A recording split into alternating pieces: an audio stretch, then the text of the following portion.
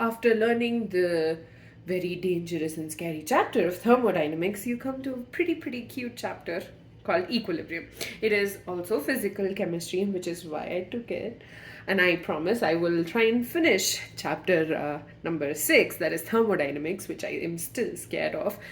I mean, if you've noticed my videos, when it comes to organic chemistry, I'm pretty good at posting them frequently. But when it comes to physical chemistry, it's a whole other story. So I thought I should take equilibrium, the physical chemistry chapter, which is in class 11, chapter number 7, and I am going to upload the whole chapter in the next 1.5 months. I'm hoping I do that, and if I do, yay me. So first of all, we're going to answer these 3 questions. What does equilibrium mean? The word equilibrium was derived from the word equilibrium.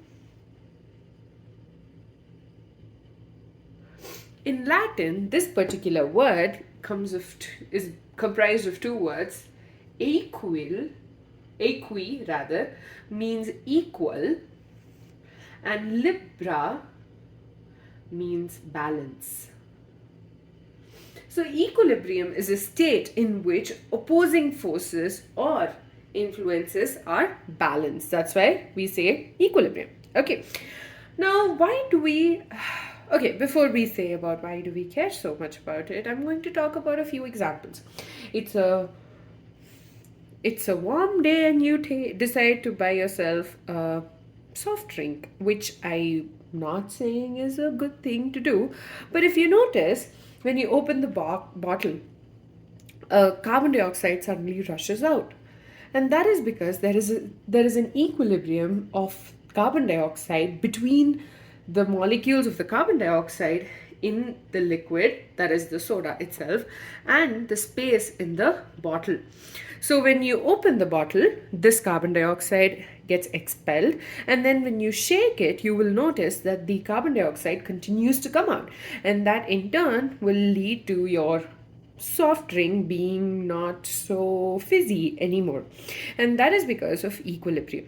So the carbon dioxide constantly escapes into the atmosphere, leaving behind just the sweet liquid in the bottle.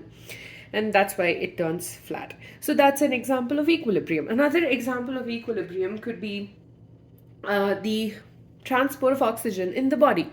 Now, this transport of oxygen is by a beautiful molecule, hemoglobin, or protein actually. And this hemoglobin gets bound to oxygen and helps transport oxygen to various parts of the body. This is in blood. So when you have carbon monoxide poisoning, the equilibrium that has been there gets disrupted.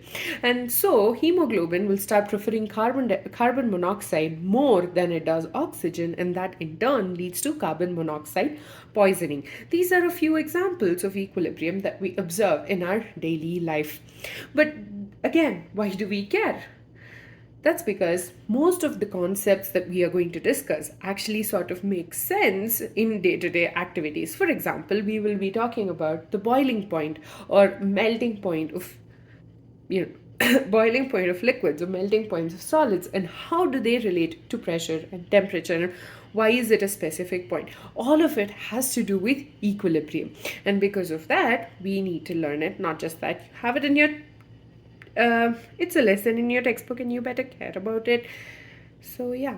So with that, we're done with the introduction. In the next video, we'll be discussing what is equilibrium in detail, and why do we call it a dynamic equilibrium, and so on. With that, also in this chapter, we'll be discussing a bunch of topics. We'll be talking about equilibrium in physical states, physical processes, as well as chemical reactions. We'll also be talking about law of chemical equilibrium and the equilibrium constant, and then we'll move on to acids, bases, and salts, and buffer solutions, and how equilibrium is so important for all of these.